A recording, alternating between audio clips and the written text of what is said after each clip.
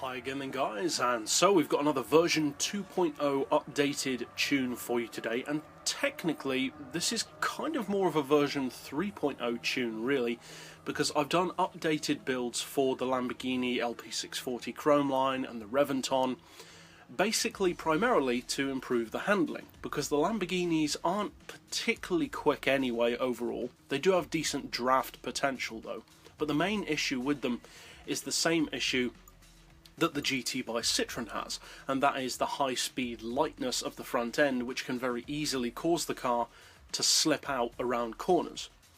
Now, I updated that with the Chrome line tune and improved the handling a lot, but the car could still spin out.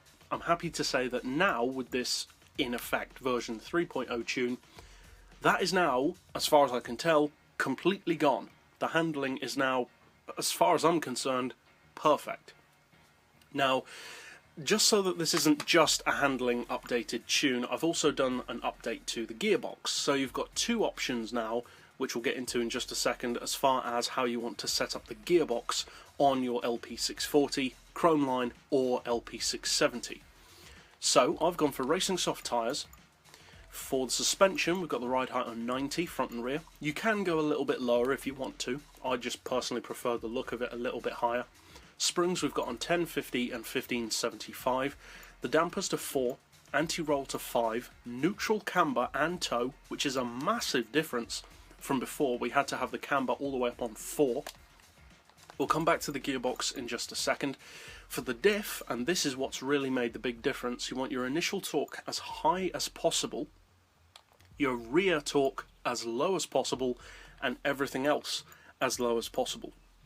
And basically what that does is it makes your LP640 or your LP670 handle like a front-wheel drive car at high speed. So it leads with the front wheels. So the back end is looser, but the front end is solid as a rock, making it handle a little bit like something like a Mercedes VGT or a Nismo, but without the understeer. You want a 50-50 torque split to get enough of the power to the front end for the exact same reason.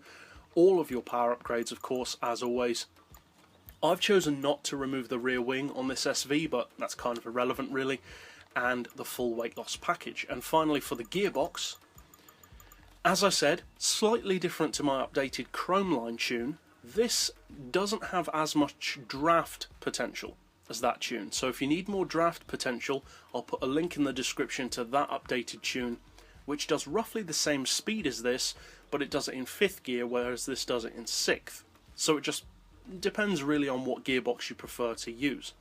But for this 6-speed tune, we've got an auto setting of 249, then for the individual gears 4.5, 2.8, 2, 1.5, 1575, or 1175 I should say, 950, and a final drive of 2.3. We've got the traction control turned off as always, and I would always recommend that, especially for all-wheel drive cars, because it's just not necessary. Now, as far as the straight line performance, as I said, it pretty much breaks even with the existing tune that I'd already done for the Chrome line, which also works on the regular LP640. Which, in other words, means you can do about 275, 276 under your own power. They're not as quick as the Reventon, which has around a 10 mph edge over these, but it's still quick enough to go up against stuff like the Ferrari 599 and various others, such as some of the lower level Corvettes. In the grand scheme of things, none of the Lamborghinis really have the top end potential to take on stuff like Huayras, and that's not a case of tuning. Unfortunately, there's nothing you can do about that, because it's not just the top speed which isn't good enough. You can tell that the car just doesn't have that top-end potential because of how sluggish the top-end acceleration is. It gets up around 260, 270, and the acceleration just really peters off. Now, as far as draft potential, this car can do over 300 mph in draft in 6th gear. If you need it to do more than that though, as I said, check out that link in the description below for my Chrome line setup, which does this roughly this same speed, but in 5th gear, giving you all of 6th gear to draft up to say 320 or more. But primarily this update is for the handling, and as you can see I can move the car all the way around on the road and it will immediately go to driving straight again, which usually these cars do not do. They start weaving around all over the place. The real test, though, of their performance is, of course, the corner. So, how does it handle the corner? Well, let's find out. If we hit the NOS right at the bottom, you can see that this car can hold the turn at over 270.